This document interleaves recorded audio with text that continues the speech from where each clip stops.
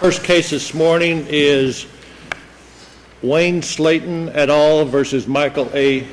Pizzi et al. Counsel? Good morning. May it please the court. Gerald Cope for Mayor Slayton. With me is Liz Hernandez and Mayor Slayton. Also at council table on behalf of the other appellant is Raul Gastesi, the Miami Lakes town attorney, and his co-counsel J.C. Planas, and Heidi Serra is here also for the town. It has been agreed that I will make the argument for the mayor and the town. Mr. Gastesi will be available to answer any questions relating to the town's position. I propose to argue only points 1, how to interpret the town charter, and point 2, preemption, and we will rest on our briefs for the remaining issues unless anyone has questions. I'd like to reserve 3 minutes for rebuttal. All right.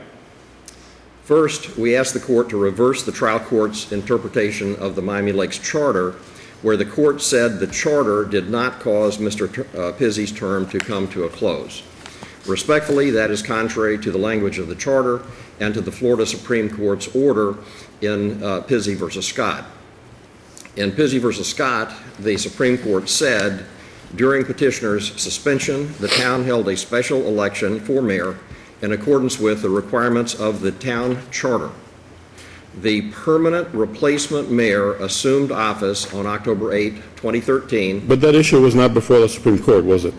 Your Honor, the question of how to interpret the town charter was before the court. Well, the issue was, in my view of the record on the briefs and those before the Supreme Court, that the issue was whether or not under 112 the governor was required to revoke the suspension.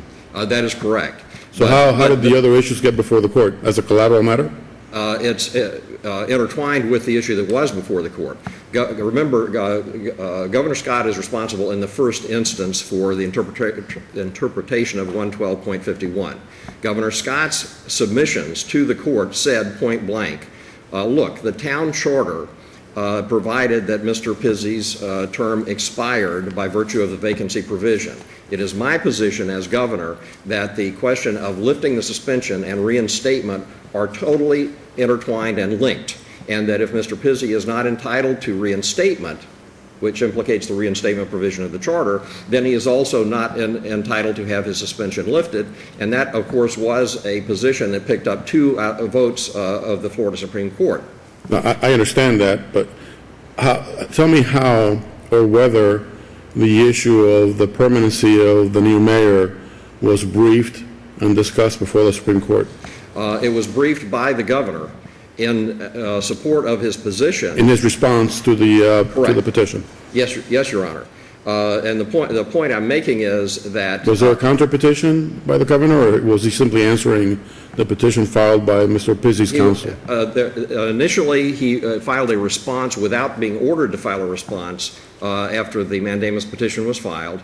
And then subsequently, after further consideration, a further order was issued narrowing the issue that the court wanted the governor to address. But my point is that in order to determine whether these 2 pieces of 112.51 could be pulled apart, you had to at least understand what it was that the charter did.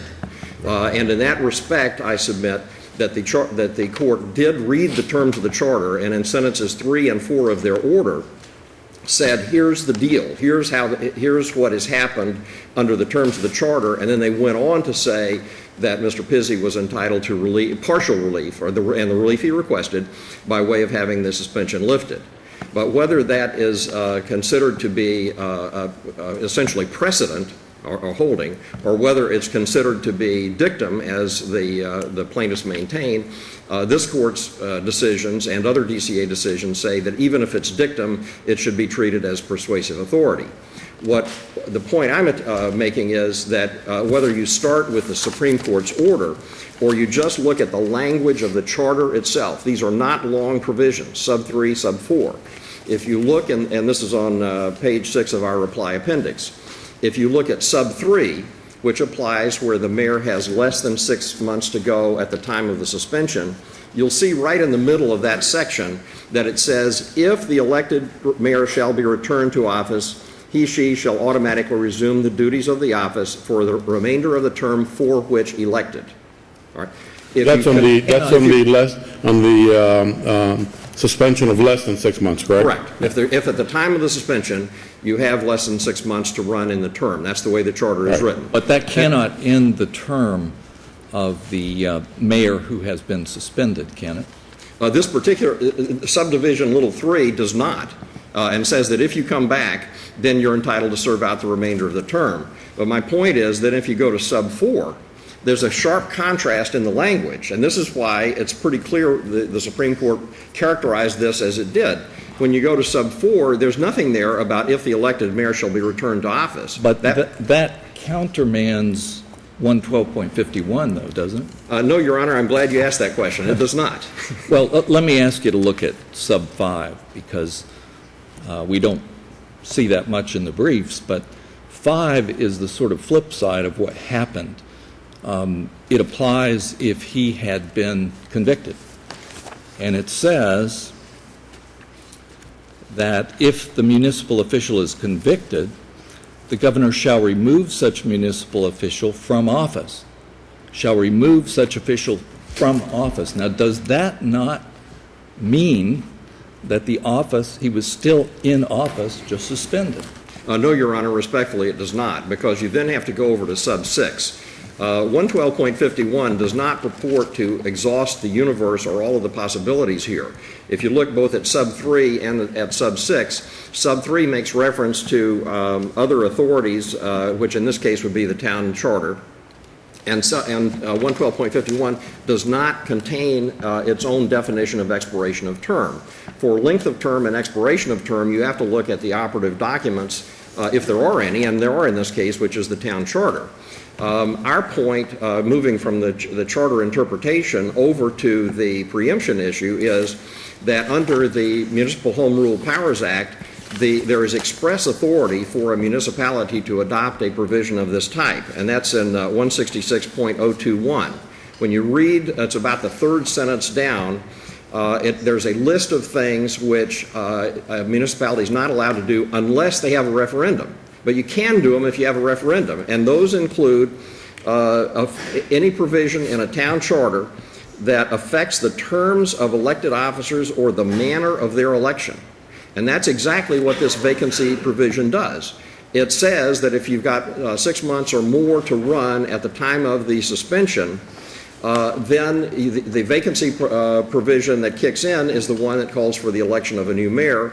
And just by the plain words, the sub 4 and sub 3 of the charter are worded quite differently. Our point is that under the Municipal Home Rule Powers Act, the town is given express authority to adopt measures in its charter. Specific provision, is that, Mr. Cope? That would be in 166.021. It's the Municipal Home Rule Powers Act. I understand what. And it's in, if you start at the bottom of page 10 of our reply appendix. All right. And there are 2 points to make. One is at the very, very bottom, it says, however, nothing in this. Just what provision is it? 166.021 what? Sub 4. Sub 4, all right.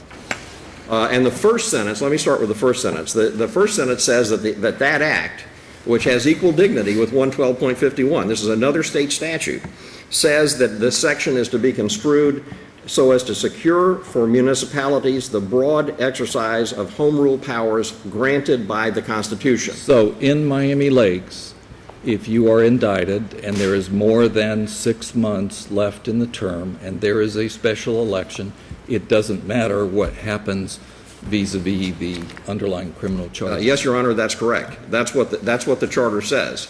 And But the problem from a policy perspective only, the problem with that is that the term of an elected official could be permanently affected by any prosecutor, any federal or state prosecutor who wishes to file an information or indictment and take more than 6 months to prosecute the case. We need to tell, Chief, we need to tell our audience not to be gesturing or nodding their heads. Yes, please. Please.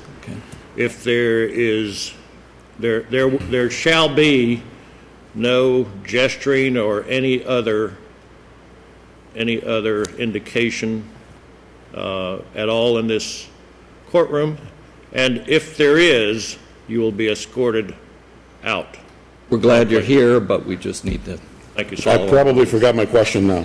Your Honor, Do you Your remember Honor's it? question was, Policy. at least as I From a policy understood. perspective, any prosecutor, state or federal, could affect the term of an elected official simply by filing an information or an indictment. And we all know that those are filed in good faith, or should be filed in good faith.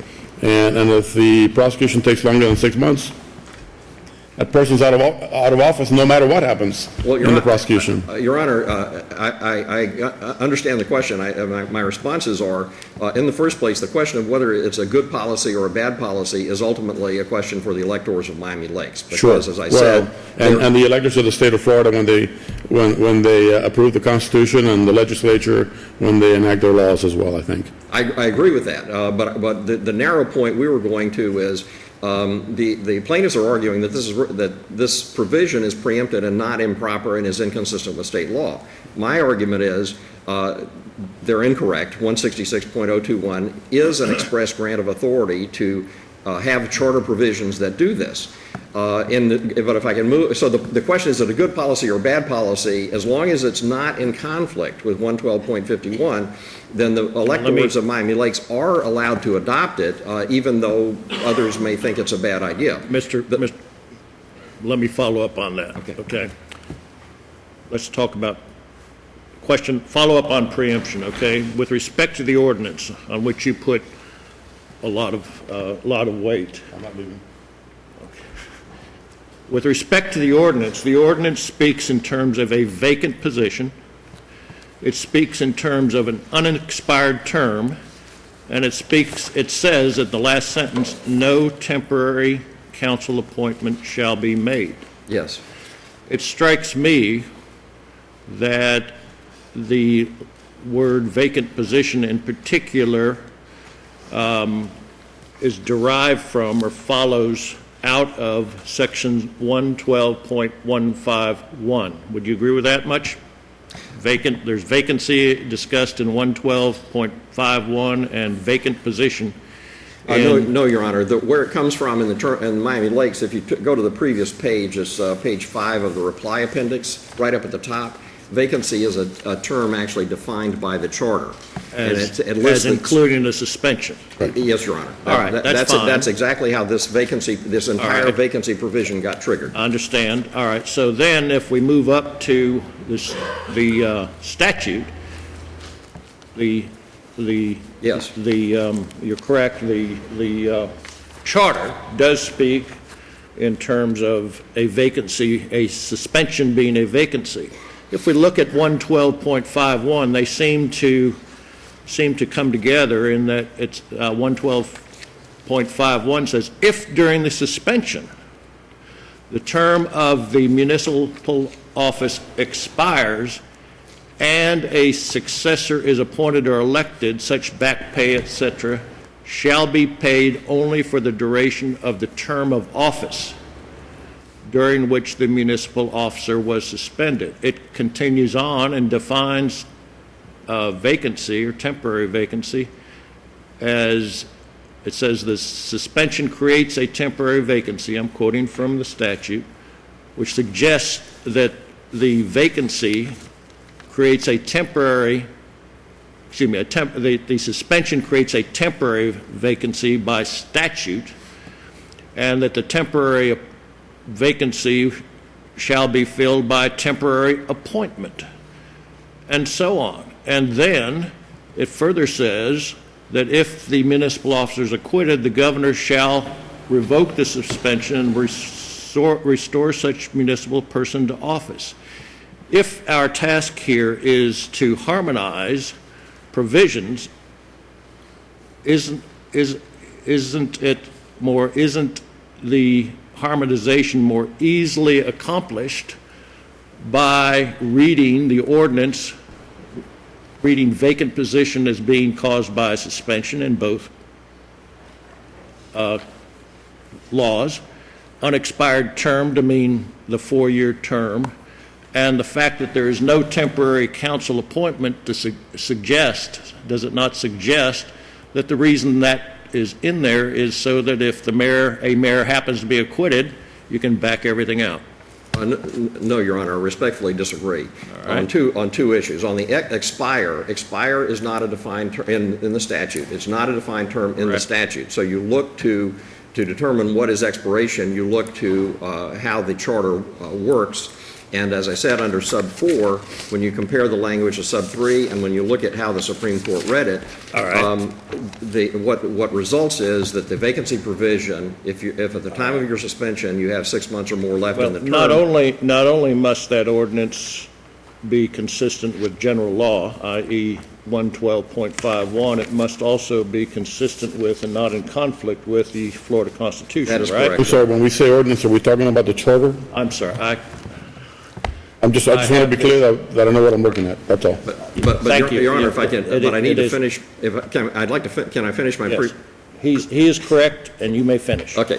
The other question you asked me is, what about this no temporary council appointment? Isn't that in there to allow for the possibility that the mayor would come back? And, Your Honor, respectfully, no, that's not why it's there. In sub 3, which does expressly allow the possibility that the mayor will come back, there is a temporary council appointment. Why is that? The mayor and 6 council members comprise a body of 7 in Miami Lakes. Once there's a suspension, the mayor is out of the picture. You're now down to 6. The vice mayor becomes mayor. Vice mayor is simply another council member picked for that purpose. So now you're at 6, not 7.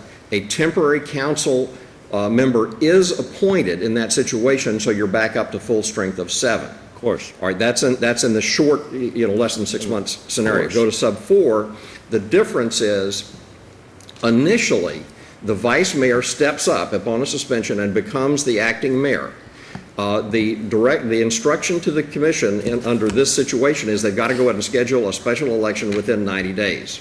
So for this 90-day period, the mayor is gone, the original mayor is gone, the vice mayor is acting as mayor. You're only at 6 members, so you're 1 short. Once the special election is held, as it was and Mayor Slayton was elected, you're now back up to 7. Right. The reason they're saying no temporary council appointment shall be made is that you would be making a temporary council appointment to be at 7 for a period that will stretch no more than 90 days, and in this case, it was only 60 days. No more than the time it takes to hold the election. That's right. Let's- That's right, Your Honor. And so it's not there, they are not holding a seat open, is my point. Correct. They're holding a seat open only until the election is held. And if in fact the council member decided that he wanted to, or he or she wanted to run for mayor, that council member would have to resign his or her seat to run for the mayor position, right? That is correct. Now, In that which would- event an election would take place to replace permanently the council member, Then you correct? go to the Constitution, it says by order, because this charter provision, which it is, okay, I'm sorry for my confusion here. The charter provision cannot be contrary to either general law or the Florida Constitution. So if we go to the Florida Constitution, it says by order of the governor, any elected municipal officer indicted for a crime may be suspended until acquitted, unless these and it says, and the office filled by appointment for a period of suspension, unless these powers are vested elsewhere in the municipal charter. It strikes me that is a limiting, do you not agree that is a limiting provision in the Florida Constitution, and that no charter or ordinance can be adopted that is wider than that limitation?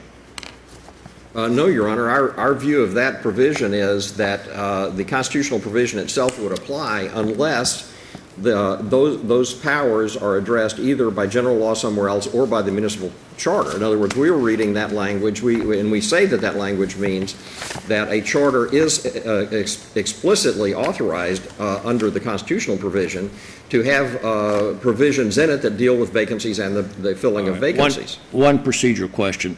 Is this a quo warranto or not? Our position is that it is a quo warranto.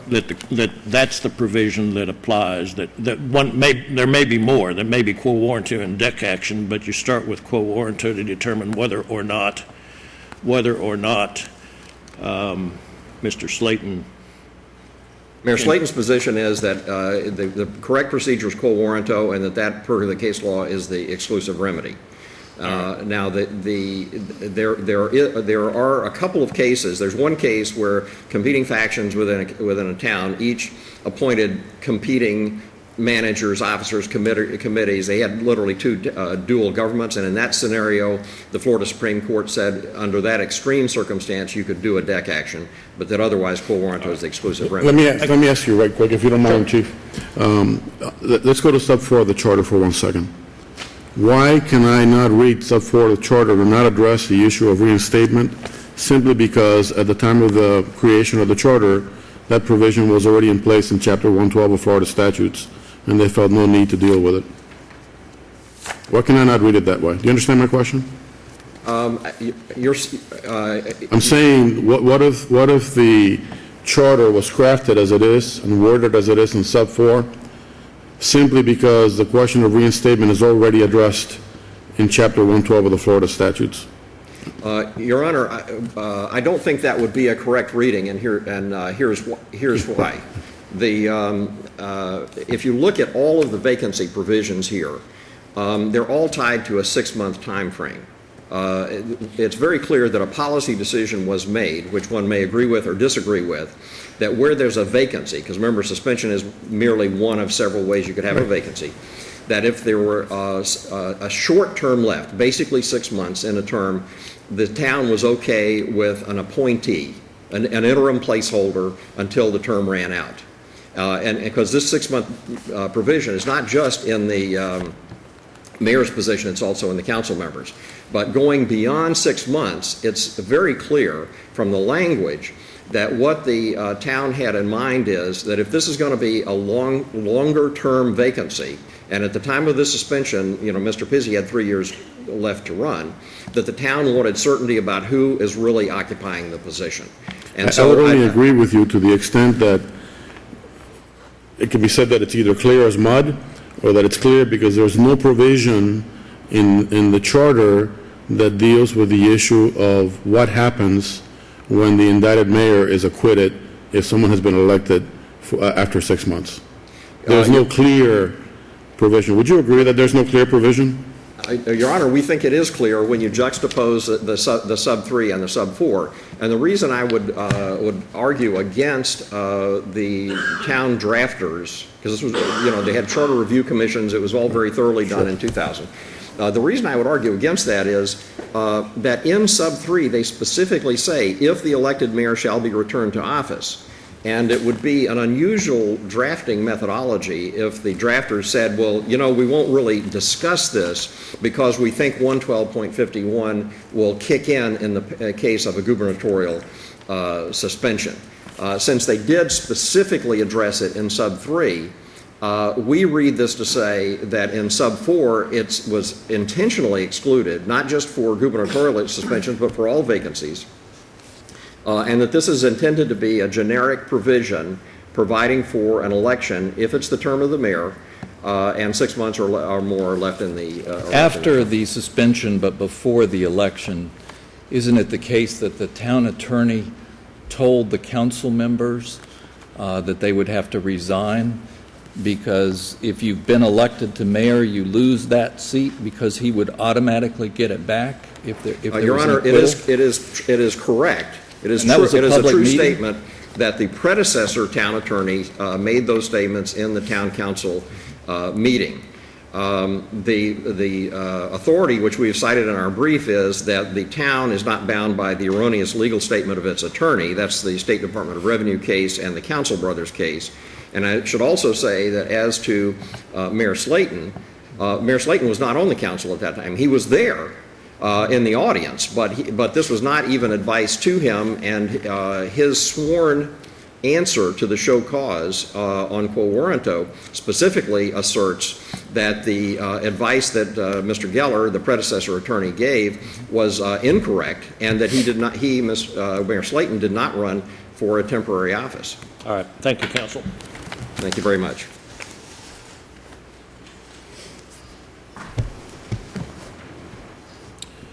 Mr. Cuny, would you address at the outset the procedural question? Is quo warranto the correct procedural mechanism that should be used here? And is it exclusive or not? Or is it part of the solution, part of the procedure? Good morning, Your Honors. We do believe and offered the lower tribunal the view that quo warranto was one of the available remedies, pitting Michael Pizzi in his position as mayor against Wayne Slayton in his position as mayor. We disagree with the lower tribunal that quo warranto was not available as a remedy.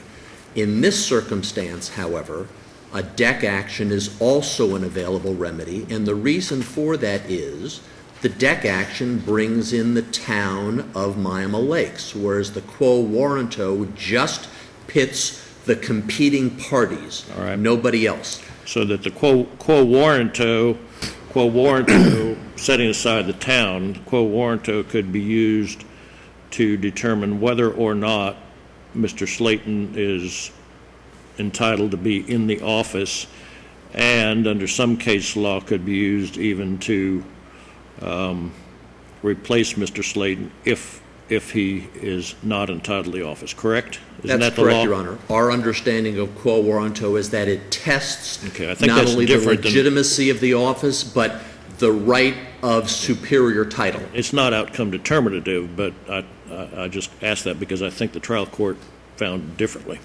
The trial court preferred the remedy of The deck deck action, finding that because both individuals did have an election, there was a right for both individuals to have that position. She did not see it as the vehicle to test which one had the superior right. All right. And we Thank you, think sir. that was an incorrect or inexact evaluation of QW. But there's no counter appeal here, right? There is not, Your Honor. We believe as So that's really not an issue for us to even... It's not an issue. The remedy here is available on the deck action. It's available under quo warranto, and as the court knows, the deck action includes the underlying due process issue as well.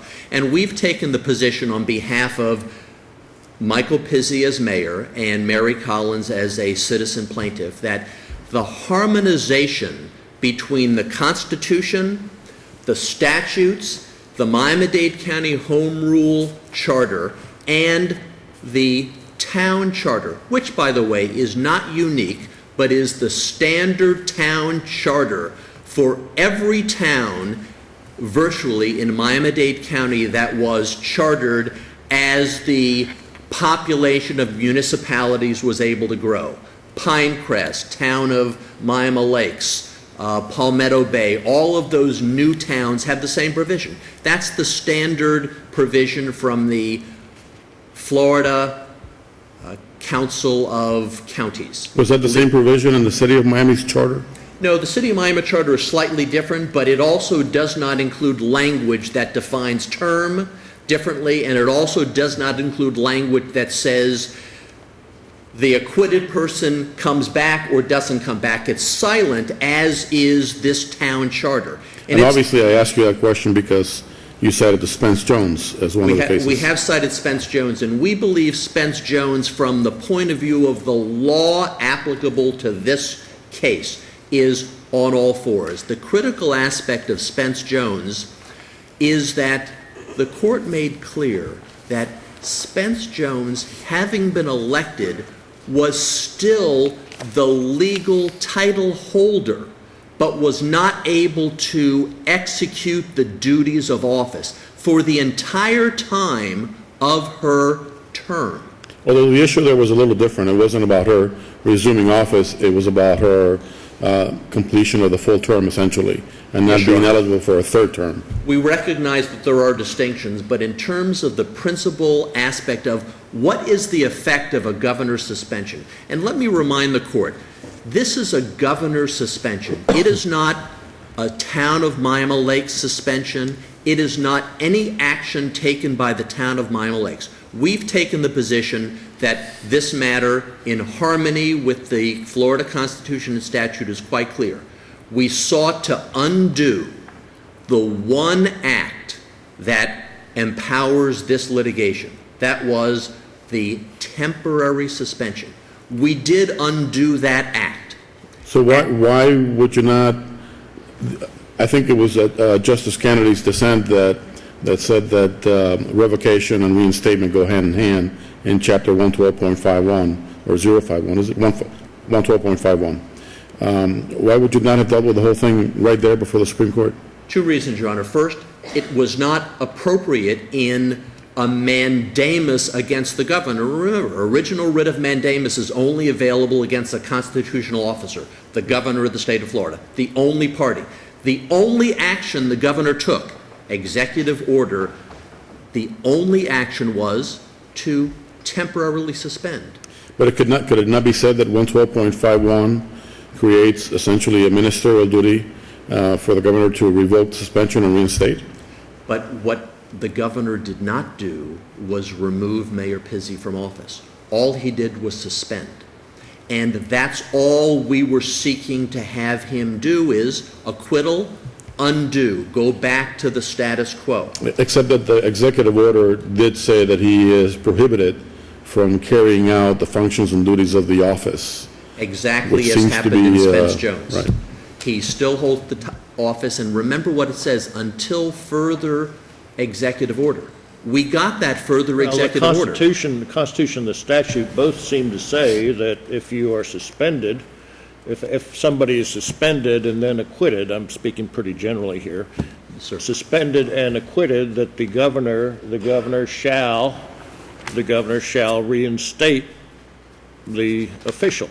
For example, if we just look quickly at the Constitution, it's in the Constitution, it says,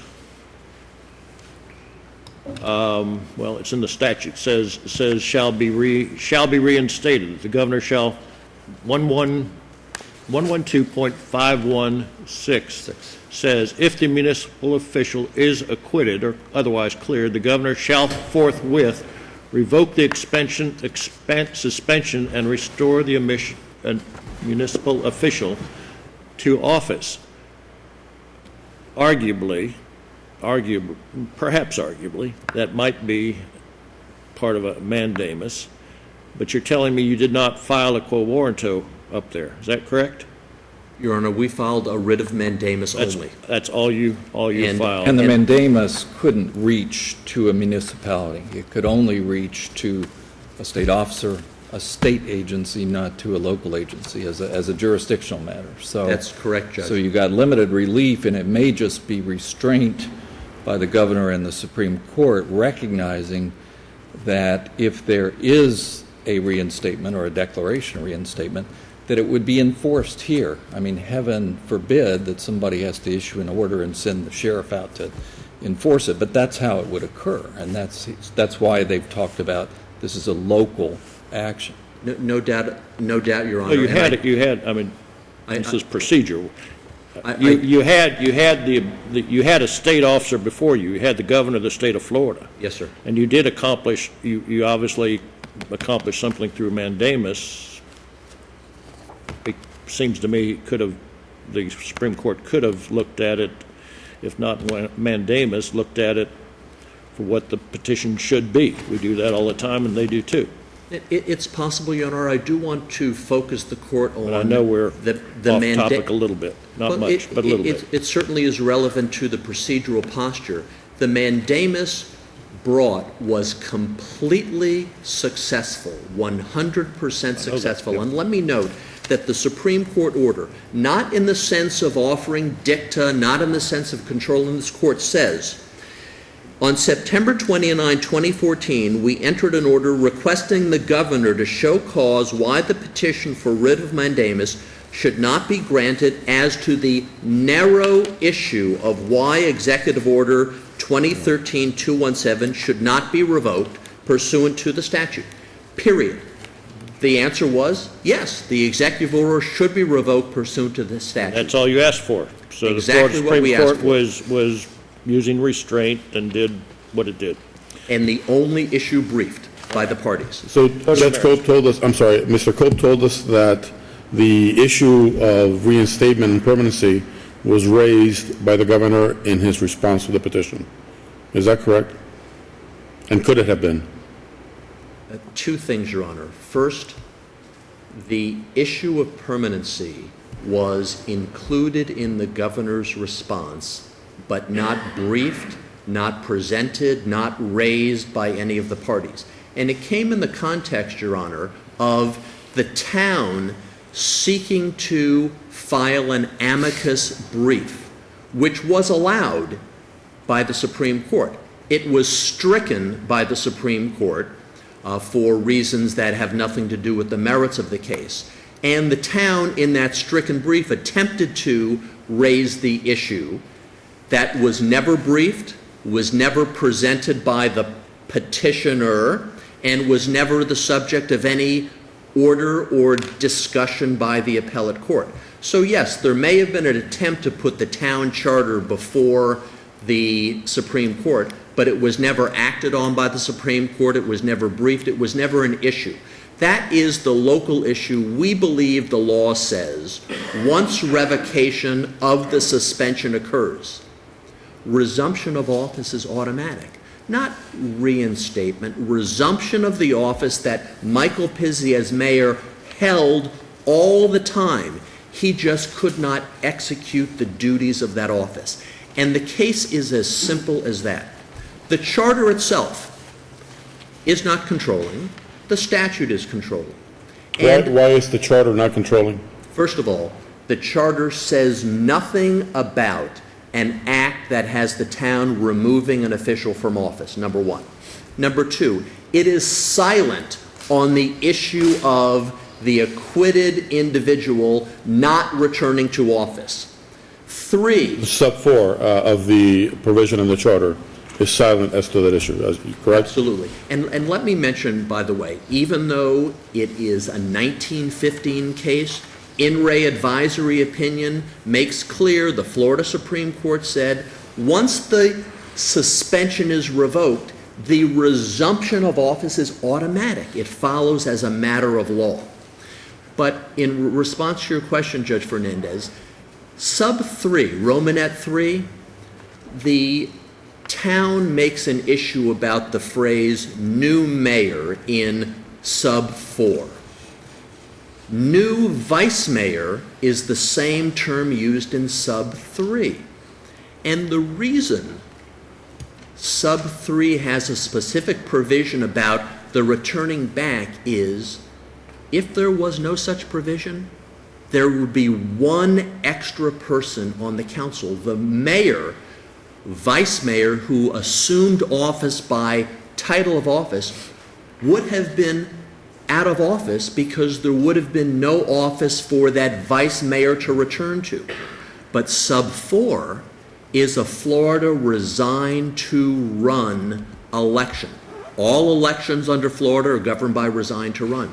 There is no backtracking of a person who has an office by virtue of holding their previous office. It is somebody affirmatively saying, I choose to ask the people of Miami Lakes to allow me to run in this special election. A special election that was set up, was governed by the city council meeting, a city council meeting that made clear, at least for all the world to know at that time, this is what the charter means. And if a council member decided that he or she wanted to run for mayor, he or she would have to resign the position as council person, and then, of course, no temporary appointment would be made to his or her position because there would be a permanent election That's for that correct. position, correct? And that person, when the acquitted mayor is ready to resume office, that person has no office to return to because they resigned from that office. Michael Pizzi did not resign from any office. Michael Pizzi was not removed from any office in terms of a removal from office. And note, the charter uses suspended or removed, two completely different concepts. A suspension is, under Florida law and the Florida Constitution, temporary. And the court has talked briefly about the policy implications of this. Not only do we believe that the Constitution, number one, is very clear. A suspension is a temporary act. Number two, the statute is clear. A vacancy caused by a suspension is temporary, and there is an automatic recourse once that suspension is removed. Recourse during the term, status quo maintains, person comes back. Recourse, acquittal after the term, there's nothing for that person to return to. So it completely fills the field.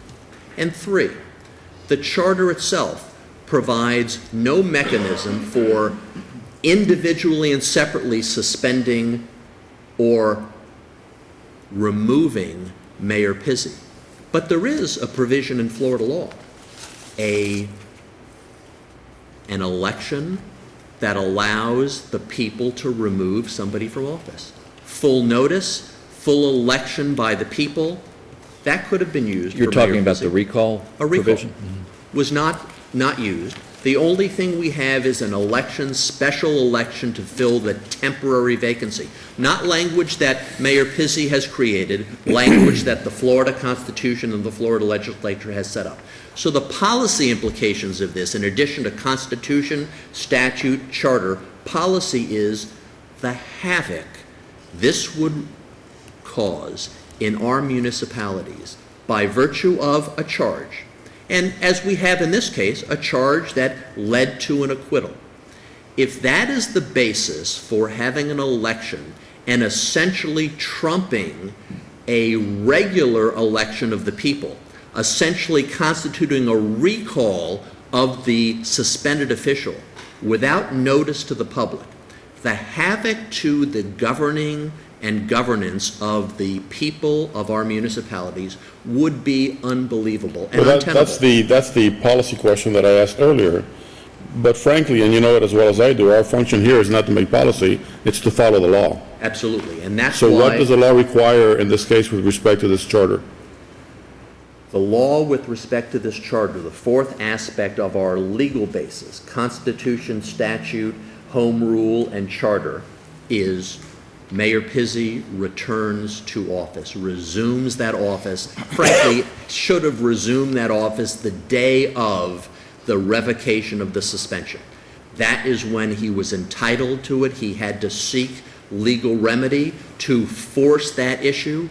The town refused to honor his resumption to office, and the temporary election winner, Mr. Slayton, refused to relinquish that office. We think the remedy is very simple. We think the remedy is clear. We believe the remedy is completely consistent with every aspect of Constitution, law, and policy, and we ask the court to affirm either on the deck action or find that quo warranto was the appropriate remedy. Thank you, Your sir. Honors. Mr. Cope, you have 3 minutes. You went over a little bit, but I'm still going to give you your full 3 minutes, sir. Thank you very much. I appreciate that. Regarding the text of the charter, sub 4, the plaintiffs say that sub 4 of the charter deals with the statement that no temporary council appointment shall be made deals with resign to run. Respectfully, not true. Resign to run is a statute. It is true in this case that resign to run was discussed with the council, but resign to run is not implicated here. I went through the math previously as to why there's not a temporary, because it's a 60 or 90 day, it would be a 60 or 90 day appointment. In terms of what was in front of the Florida Supreme Court, we have put all the substantive pleadings that the court considered in this record, so you can see for yourselves. The town charter was an exhibit to Mr. Pizzi's petition. So the charter was there foursquare right to begin with. In terms of what Governor Scott said in his submissions, we have excerpted that on page 8 of our reply brief in the footnote, but the entirety, I will say that they have a very succinct writing style, so their pleadings were not lengthy. But there could be absolutely no doubt what the governor thought process was and why he was arguing what he was arguing. And I don't want to repeat myself other than to say it's very clear that the Supreme Court concluded they had to understand what this was about. And the other side has really not offered a reason why these statements about the charter are in the Supreme Court's order. And I submit they are there because the court felt it its responsibility to understand what was actually being discussed.